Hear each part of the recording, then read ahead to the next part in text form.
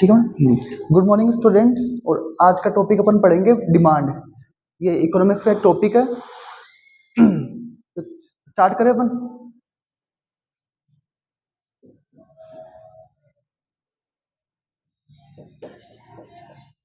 मैं थोड़ा सा आप ही से जानना चाहता हूँ कि डिमांड होती क्या वास्तव में। नाम तो सुना होगा आपने, डिमांड के साथ ऐसे मांग हुई, हमें ये चाहिए, ऐसा कुछ तो सुना होगा। तो क्या वास्तव में डिमांड की शुरुआत डायरेक्ट ही होती है, इससे पहले भी कुछ चीजें होती है? मन में इच्छा होती है क्या? हाँ। तो जो डिमांड की शुरुआत होती है उससे पहले क्या आती है अपने मन में? इच्छा। क्या आती है? इच्छा।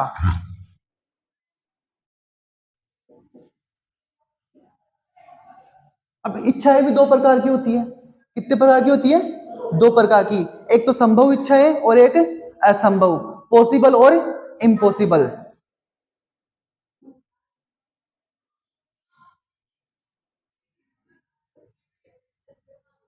असंभव इच्छाएं और संभव इच्छाएं। अब देखिए, बताओगे कि संभव और असंभव इच्छाएं कौन सी होती है?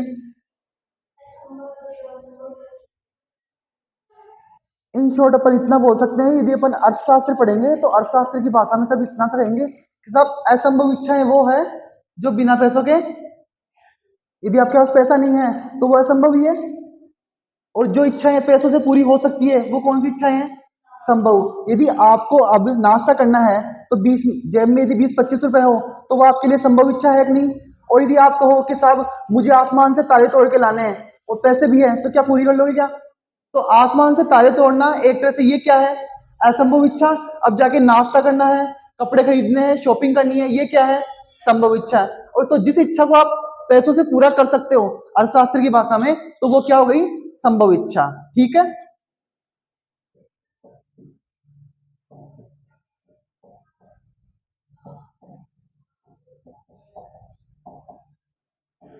तो इच्छाएं दो प्रकार की होती है, असंभव इच्छा और संभव इच्छा। तो असंभव इच्छा बिना पैसों के पूरी नहीं होती, और संभव इच्छा यदि आपके पास पैसा है तो उसको पूरी कर सकते हो। तो जो इच्छा संभव होती है, संभव इच्छा बाद में क्या बन जाती है? आपकी आवश्यकता। क्या बन जाती है? आवश्यकता।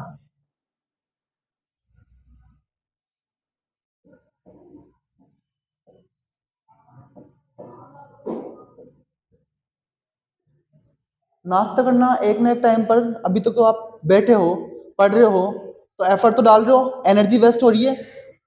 एनर्जी वेस्ट हो रही है नहीं, तो बाद में आपको किसी न किसी चीज की जरूरत तो पड़ेगी ना एनर्जी के लिए, तो वो आपकी क्या बन जाएगी? आवश्यकता। कि साहब अब तो मुझे केले खाने हैं, तो वो आपकी आवश्यकता बन गई क्या?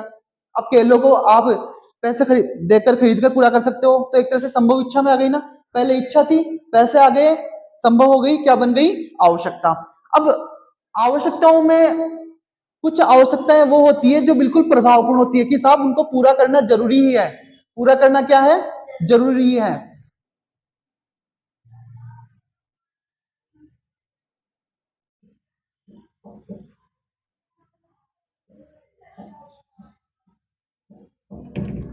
प्रभावपूर्ण आवश्यकता ये क्या होती है? अब ऐसे मान लो कि फर्स्ट ईयर और सेकेंड ईयर वालों की एग्जाम चल रही है। अब उनके लिए जैसे मान लो शुरुआत में उन्होंने पढ़ाई की नहीं, अब उनके पास कोई ऑप्शन नहीं है, अब उनको साथ पढ़ने के लिए सीरीज चाहिए। अब चाहिए ही चाहिए, क्यों? नहीं पढ़ेंगे तो साल खराब होगी, होगी या नहीं? तो अब उनके पास एक ही ऑप्शन है, सीरीज लाके पढ़ लो। तो जरूरी भी है लाना। तो बताओ वो उनके लिए प्रभावपूर्ण आवश्यकता हुई कि नहीं? है कि नहीं? अच्छा, एक एग्जांपल मैं आपके लिए, ऐसे जैसे मान लो शादी है घर में।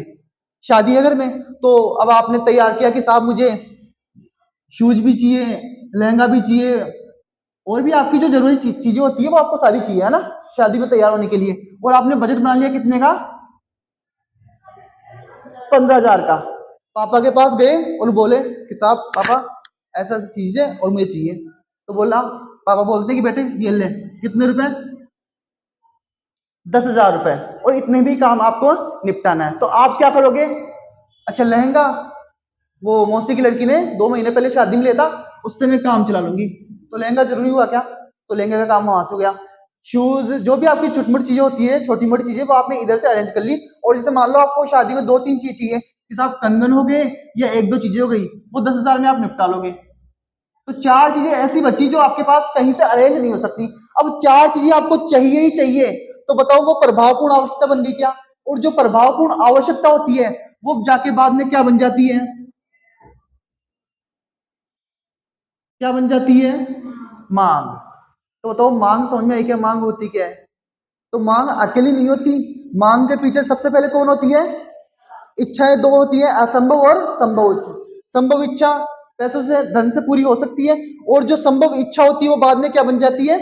आवश्यकता। और जो आवश्यकताएं होती हैं उनमें जो प्रभावपूर्ण आवश्यकता होती है एंड में किसका रूप ले लेती है? मांग का। अब यहां भी दो चीजें होती है, क्या मांग करना ही काफी है क्या? बताओ, मांग करना ही काफी है क्या? तो मांग को पूरी करने के लिए, मांग बनने के लिए क्या क्या चीज होनी जरूरी है? इच्छा।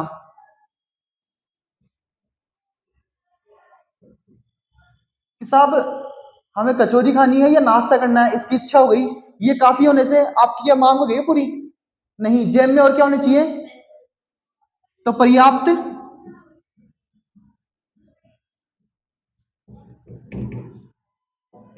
साधन।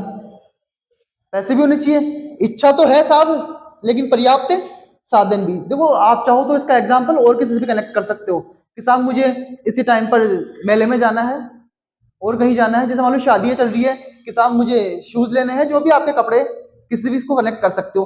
तो कपड़ों की इच्छा हो गई, ठीक है, लेकिन क्या जेब में पैसे है क्या? तो पर्याप्त साधन होना भी जरूरी है।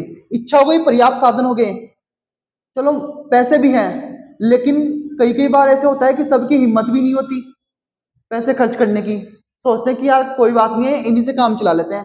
तो जो पर्याप्त साधन होते हैं उनको खर्च करने की तत्परता, क्या तत्परता, ये होना भी जरूरी है। तब जाके एक पूरी क्या बनती है? मांग। क्या बनती है? तो मांग को बनने के लिए और क्या चाहिए? इच्छा तो होनी चाहिए, साथ में पर्याप्त साधन। इन शॉर्ट कहूं तो अर्थशास्त्र पढ़ रहे हैं तो धन, क्योंकि पर्याप्त साधन वही है। आज के भौतिक युग में आपको अपनी, आपकी 99% जो आवश्यकताएं होती है वो किससे पूरी होती है? पैसे से। बिना पैसे के कुछ होता है कि आजकल कुछ नहीं होता। तो पर्याप्त साधन और साथ में खरीदने की, उनको खर्च करने की तत्परता भी होनी चाहिए। एक एग्जांपल लेता हूं मैं यहां से। 3 पर्सन है,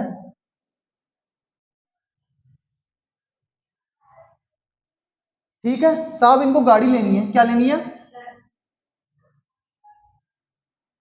लेकिन घर में खाने को दाने ही नहीं है। तो गाड़ी लेने की इच्छा तो है, पहली चीज हो गई क्या? लेकिन क्या नहीं है? तो क्या मांग हुई क्या? नहीं हुई, क्योंकि इच्छा ही है, क्या नहीं है? पर्याप्त साधन। तो साहब यहां तो मांग नहीं हुई। बी है, गाड़ी लेने की क्या है? इच्छा। और ऐसे मान लो ये लेडीज है, इनके हस्बैंड गवर्नमेंट भी है, तो इनके पर्याप्त साथ, इनके पास पर्याप्त साधन भी है। लेकिन साहब कंजूस प्रवृत्ति के हैं, तत्परता नहीं है, तो क्या मांग हुई क्या? नहीं, यहां भी मांग नहीं है। नहीं बनी ना मांग, क्योंकि मांग बनने के लिए चीजें होना कंपल्सरी है, नहीं तो मांग बन ही नहीं सकती। अगली चीज सी, गाड़ी लेनी है, कौन सी? फॉर्च्यूनर। ठीक है, महंगी कार है ये, तो फिर भी एल्टो या फिर होंडा सिटी के बारे में सोच रहे थे 8-10 लाख के बारे में। इन्होंने किसकी इच्छा की है? फॉर्च्यूनर की। महंगी कार है, बिजनेस भी है, यानी कि पर्याप्त, फिर क्या हो गए साहब? प्रॉपर्टी का धंधा है, बिजनेस पड़ा है, नाप नाप करोड़ों का टर्नओवर है, पर्याप्त साधन हो गए। अब जब करोड़ों का टर्नओवर है तो ले लेते हैं फॉर्च्यूनर, खरीदने की नीत भी है। तो इस प्रकार बन गई क्या मांग? अरे बन गई क्या? तो मांग की शुरुआत कहां से होती है, समझ में आ गया क्या? आ गई। अब इससे जुड़ी हुई होती है दो चीजें, एक तो हो गई मांग और एक होती है मांग की मात्रा। एक तो हुई मांग और एक होती है मांग की मात्रा। कोई मुझे बता सकता है मांग और मांग की मात्रा एक ही होती है, अलग अलग? तो सुनना, मांग और मांग की मात्रा दोनों अलग अलग होती है, कैसे? ये ठीक समझ में आ गया ये बात?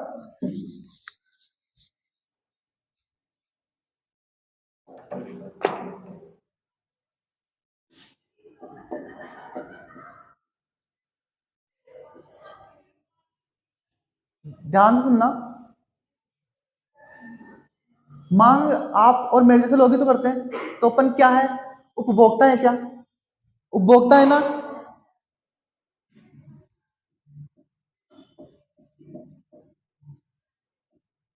उपभोक्ता द्वारा।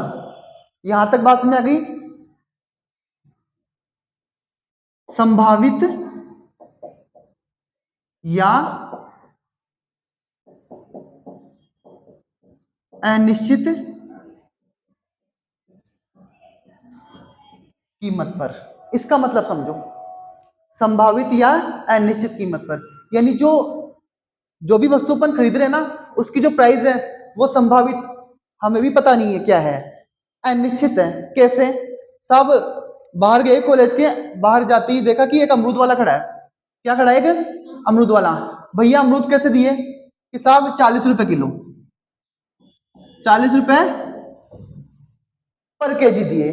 ठीक, आप क्या बोलते हो? भैया 30 लगा लो, 5 किलो ले लूंगी। ना तो आपने खरीदे और ना ही उसने 30 लगाए हैं, तो बताओ ये चीज लागू हो रही है क्या? ये 30 रुपए संभावित है क्या? और अनिश्चित भी। संभावित तो इसलिए है कि आप उससे बात कर रहे हो कि भैया 30 लगा लो, मतलब संभावना जता रहे हो कि भैया 30 लगा लो। और ये अनिश्चित भी है, लगाए तो लगाए, नहीं वो नहीं भी लगाए। हाँ या ना, समझ में आ रहा है? दीदी ना तो आपकी ना मेरी, 35 लगा लो और ले लो 5 किलो। ठीक, फिर आप क्या बोलते हो? भैया दोनों ही छोड़ो, ना तो 30 ना 35, 32 ले लो और 2 किलो पैक कर दो। तो चलो ठीक है, तो उसने कितने लगा लिए और आपने कितने ले लिए? तो इन दोनों को याद रखना और यहां पर याद रखना।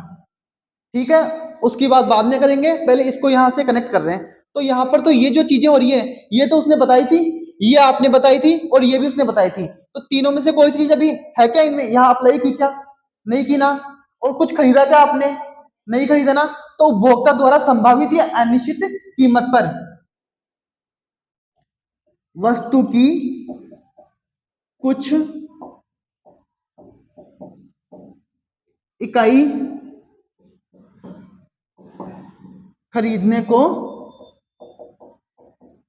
तैयार हो, तो वो क्या होती है? मांग। क्या होती है? मांग। कि साहब भैया 30 लगा लोगे तो 5 किलो खरीद लूंगी, तैयार हुई है, वास्तव में उसके हाथ में थोड़ी आ गई। तो मांग समझ में आ गई क्या होती है? कि मांग की परिभाषा पूछो तो क्या कहोगे? कि साहब उपभोक्ता द्वारा संभावित या अनिश्चित कीमत पर वस्तु की कुछ इकाइयां खरीदने को जब उपभोक्ता तैयार होता है, खरीदी नहीं है, सिर्फ तैयार हुआ है कि इतने लगा लोगे तो इतना ले लूंगी, तो ये क्या बन जाती है? मांग। अब बात करते हैं मांग की मात्रा की। किसकी? अब इसको देखना,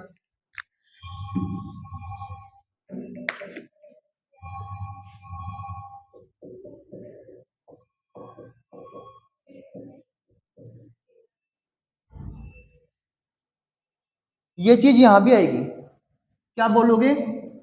उपभोक्ता द्वारा। यहां तक बात समझ में आ गई? इसमें ये चीज चेंज हो जाएगी, उपभोक्ता द्वारा निश्चित कीमत पर। क्या?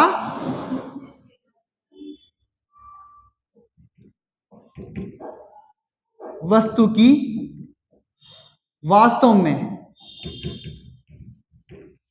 वास्तव में रियल में कुछ इकाइयां।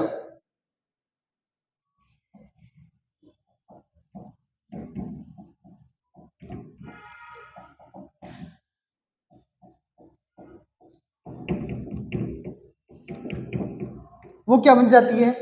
मांग की मात्रा। जैसा कि मैंने एंड में कहा था कि भैया ना तो आपका और ना ही मेरा, 32 रुपए किलो लगा लो, 2 किलो। तो भैया ने दे दिए, तो आप बताओ 64 रुपए दे के आ गए, तो बताओ 64 रुपए निश्चित कीमत हुई क्या? और आप खरीदिए कितने लेके आ गए, तो बताओ ये निश्चित इकाई हो गई क्या? और वास्तव में खरीद के आपके हाथ में आ गए, तो क्या मांग और मांग की मात्रा दोनों अलग अलग होती है? आज ये चीज भी क्लियर हो गई क्या? क्यों मैं ऐसा क्यों बता रहा हूं? क्योंकि जब मांग, लॉ ऑफ डिमांड आएगा, मांग का नियम आएगा, तो वहां पर ये चीज का काम आएगी। ठीक है ना? कहीं कहीं ये भी काम आएगी। तो अब मैंने आपको इन दोनों में डिफरेंस बता दिया कि मांग और मांग की मात्रा दोनों अलग अलग होती है। जब मैं बोलूं कि साहब आय बढ़ने से मांग बढ़ती है, तो आप यहां पर जाओगे, और कीमत बढ़ने से मांग की मात्रा कम होती है, तो आप यहां पर आओगे। समझ पा रहे हो मैं क्या समझाना चाह रहा हूं? तो मांग और मांग की मात्रा दोनों अलग अलग होती है, समझ में आ गई? तो मांग की शुरुआत पहले तो उसे बताओ कहां से होती है? इच्छा से। इच्छाएं होती है संभव और असंभव। जो इच्छा संभव होती है वो क्या बन जाती है? आवश्यकता। और आवश्यकताओं में भी जो आवश्यकता प्रभावपूर्ण होती है कि साहब उसको पूरी करना कंपलसरी है, वो क्या बन जाती है? मांग। अब मांग के लिए क्या क्या होना जरूरी है? इच्छा, जेब में पर्याप्त साधन और खरीदने उनको खर्च करने की तत्परता, तब जाके मांग बनती है। और कंजूस हो गए तो मांग बनेगी नहीं साहब, तभी तो बनती है मांग। ठीक है यहां तक?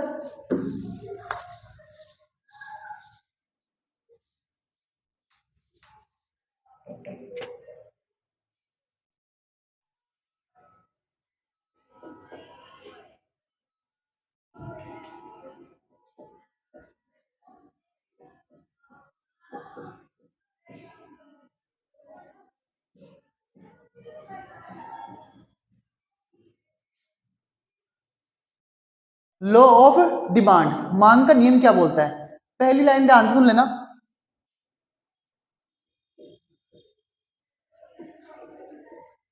अन्य बातों के समान रहने पर, ये लाइन बहुत काम की है, दिखने में इजी है, लेकिन ये अन्य बातें होती कौन सी है ये पता होना बहुत जरूरी है। Other factor will remain constant, other factor will remain constant, अन्य बातों के समान रहने पर जब प्राइस बढ़ती है, क्या? तो आपको भी पता है मांग की मात्रा कम होती है ज्यादा। अरे अरे किसी चीज की प्राइस बढ़ जाएगी तो आप उस चीज को कम खरीदोगे या ज्यादा? कम ही लोगे, सीधी सी बात है, यही तो होता है मांग का नियम। इसको मैं क्यूडी लिख रहा हूं, ठीक है। और जब प्राइस कम होती है तो मांग की मात्रा, क्वांटिटी ऑफ डिमांड बढ़ जाती है। तो ये है मांग का नियम। कौन सा नियम? तो मांग का नियम क्या बोलता है? अन्य बातों के समान रहने पर जब किसी वस्तु की प्राइस बढ़ती है तो मांग की मात्रा, और प्राइस कम होती है तो मांग की मात्रा। बताओ यहां पर ये अपोजिट डायरेक्शन वाला रूल है क्या? एक चीज बढ़ रही है तो एक चीज, यहां पर ये कम है तो उधर, तो बताओ अपोजिट रिलेशन है, तो यहां पर प्राइस और मांग की मात्रा में कौन सा संबंध बता रहा है? पॉजिटिव या नेगेटिव? नेगेटिव। एक चीज का बढ़ना और दूसरी चीज का कम होना, ये होता है नेगेटिव रिलेशन। और नेगेटिव रिलेशन हमेशा अपोजिट डायरेक्शन व्यक्त करता है। नेगेटिव जो रिलेशन होता है ना वो हमेशा अपोजिट डायरेक्शन में होता है, और पॉजिटिव कौन सा होता है? सेम डायरेक्शन में। कैसे समझाता हूं, जैसे मान लो प्राइस बढ़ी तो सप्लाई भी बढ़ी, और प्राइस कम तो सप्लाई भी कम। बताओ ये सेम डायरेक्शन वाला रूल है ना, ये बढ़ रहा है तो ये भी तो बढ़ रही है, और प्राइस कम हो रही है तो सप्लाई भी कम हो रही है। तो यहां पर जो रूल है वो कौन सा है? कौन सा रिलेशन हो रहा है? पॉजिटिव। अब प्राइस बढ़ी तो क्वांटिटी ऑफ डिमांड कम हो रही है, और प्राइस कम हो रही है तो क्वांटिटी ऑफ डिमांड ज्यादा हो रही है। यहां पर बताओ अपोजिट डायरेक्शन में रिलेशन है तो ये होता है नेगेटिव रिलेशन। तो मांग का नियम कीमत और मांग की मात्रा के बीच कौन सा संबंध बताता है? Negative relation. कौन सा रिलेशन बताता है? Negative relation. और क्यों बताता है? जो मैंने आपको समझाई दिया। अब बात आती है किसकी? अन्य बातों की, कि साहब ये अन्य बातें होती कौन सी है? अन्य बातें होती कौन सी है? अब ये समझो, क्या ये बात सही है? क्या इसने सिर्फ माना है? देखो इसने क्या बोला है? अन्य बातों के समान रहने पर, रहती नहीं है अन्य बातों के समान रहने पर। वास्तव में रहती नहीं है। कैसे नहीं रहती है देखना, समझना इसको।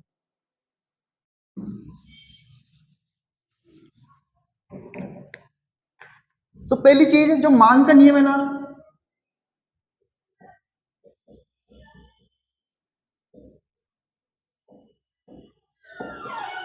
ये निगमन विधि का उदाहरण है। कौन सी विधि का? अब निगमन विधि कौन सी होती है? निगमन विधि वो होती है जो मान्यताओं पर आधारित होती है, जो मान्यताओं पर आधारित होती है। कैसे? अन्य बातों के समान रहने पर। अन्य बातों में मैं आपको दो चीजें बता रहा हूं। एक तो अपनी आय, क्या हमेशा समान रहती है क्या? अरे हमेशा एक जैसी रहती है क्या?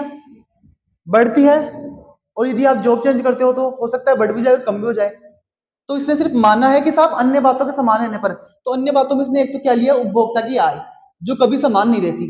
तो निगमन विधि बोला है तो मान्यताओं पर आधारित है ना, तो मांग का नियम है, ये कौन सी विधि का उदाहरण है? निगमन विधि का। कौन सी विधि का?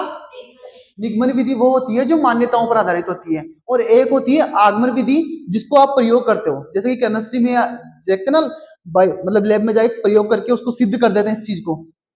वो मान्यता थोड़ी है, माना थोड़ी है, उसको जाके अपन ने चेक किया है तभी तो बताया। लेकिन यहाँ पर तो सिर्फ माना गया है कि साहब आय को समान मानना है, बल्कि स्थिर मानना है, लेकिन रहती थोड़ी है वास्तव में आय स्थिर। एक आपकी और मेरी रुचि क्या एक जैसी रहती है क्या? घर से निकलेंगे कि साहब दो ड्रेस लेके आनी है, लेकिन जाके देखा वहां पे शूज ही पसंद आ गए, एक ही ड्रेस लेंगे और शूज लेके आ गए, तो इंटरेस्ट चेंज हो गया ना। तो इसने क्या माना है? इंटरेस्ट को भी समान माना है, लेकिन वास्तव में रहती थोड़ी है रुचि एक जैसी। तो अन्य बातों में इन्होंने, मैंने दो ही चीजें बताई है, वैसे तो सात आठ होती है, आगे डिस्कस करेंगे, पहले इसको मुझे क्लियर करना था इसलिए मैंने इनको यहाँ बता दिया। तो जो मांग का नियम है ना, वो निगमन विधि का उदाहरण है, यानी कि मान्यताओं पर आधारित है।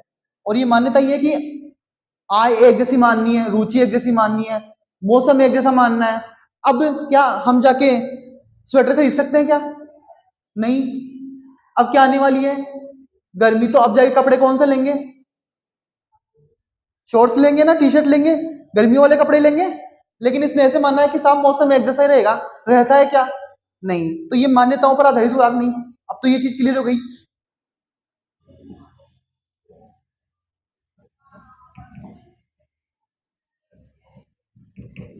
क्या ये उपभोक्ता द्वारा की जाती है मांग? हाँ या ना? अरे हाँ या ना तो बोलो। ठीक। और अपन उपभोक्ता ही तो है।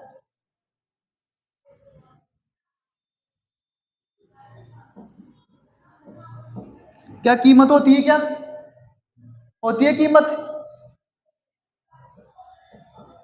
और क्या होती है? मात्रा होती है, जो मैंने आपको बता दिया। तो तीन चीजें समझ में आ गई। निगमन विधि है, उपभोक्ता द्वारा, और कीमत है। एक है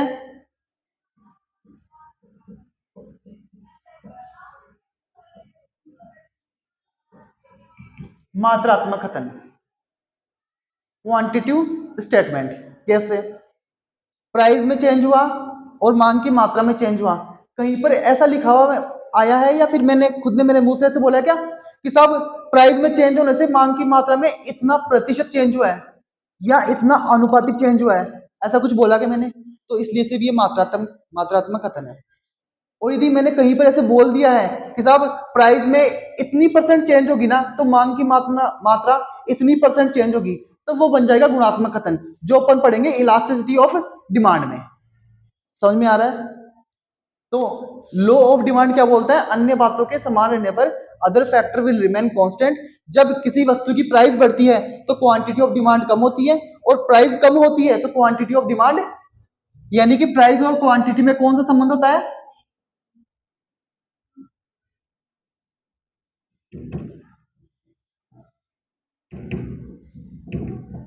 यहां तक बात समझ में आ गई? कोई दिक्कत है?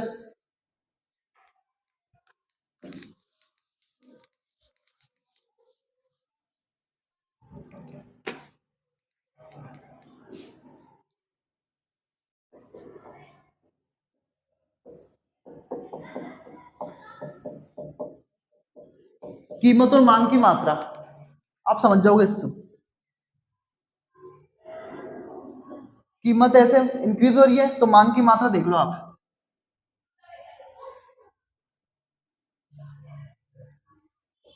बताओ नेगेटिव रिलेशन है नहीं? यदि किसी चीज की प्राइस एक होगी ना, तो पक्की बात आप उसकी 50 यूनिट खरीदोगे, और जैसे ही प्राइस बढ़ जाएगी तो आप यूनिट खरीदना ऑटोमेटिकली कम कर देते हो, जो कोरोना के बाद में आपने खूब देखा होगा। हाँ या ना? कोरोना के बाद में हर चीज की प्राइस बढ़ी है, तो आपने उस चीज को कम भी किया है। हाँ या ना? तो वो जो मैंने भी बात बोली थी ना, रिलेशन वाली, कि प्राइस बढ़ी तो quantity of demand, only demand नहीं बोलनी है, मांग की मात्रा बोलनी है, क्वांटिटी ऑफ डिमांड, वो क्या हो जाएगी? कम।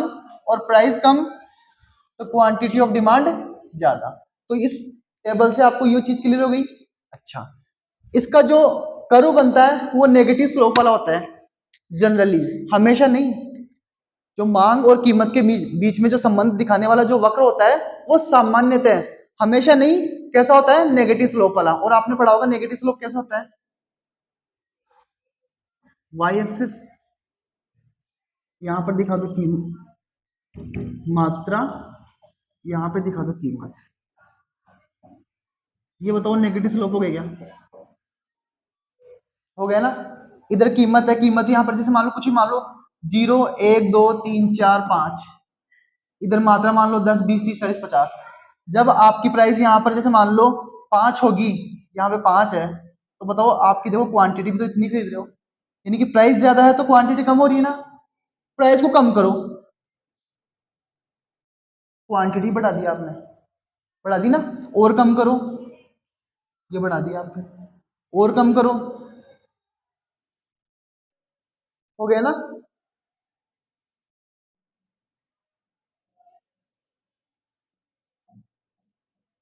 तो यहाँ तक की क्लास समझ में आ गई क्या? तो मैंने आज क्या क्या बताया। मांग की शुरुआत कहाँ से होती है? इच्छा से, संभव और असंभव। जो इच्छा संभव होती है वो क्या बन जाती है? आवश्यकता। और जो आवश्यकता प्रभावपूर्ण होती है, जिसको पूरा करना बहुत जरूरत है, वो क्या बन जाती है? मांग। मांग के लिए क्या क्या होना जरूरी है? इच्छा पर्याप्त, और उन साधनों को त्यागने की तत्परता। फिर मांग और मांग की मात्रा। मांग क्या होती है? उपभोक्ता द्वारा संभावित या अनिश्चित कीमत पर वस्तु की कुछ इकाइयों खरीदने को तैयार होते हैं, खरीदी नहीं है, तैयार होते हैं, वो तो है मांग। और जब निश्चित कीमत पर उपभोक्ता द्वारा वास्तव में वस्तु की कुछ इकाइयां खरीद ली जाती है, वो क्या बन जाती है? मांग की मात्रा। फिर आता है मांग का नियम। मांग का नियम क्या बताता है? अन्य बातों के समान रहने पर, अन्य बातों के समान रहने पर, जब वस्तु की प्राइस बढ़ती है तो क्वांटिटी ऑफ डिमांड कम होती है, और प्राइस घटती है तो क्वांटिटी ऑफ डिमांड ज्यादा होती है। इस नेगेटिव रिलेशन को क्या बोलते हैं? मांग का नियम। और यह है डिमांड कर्व।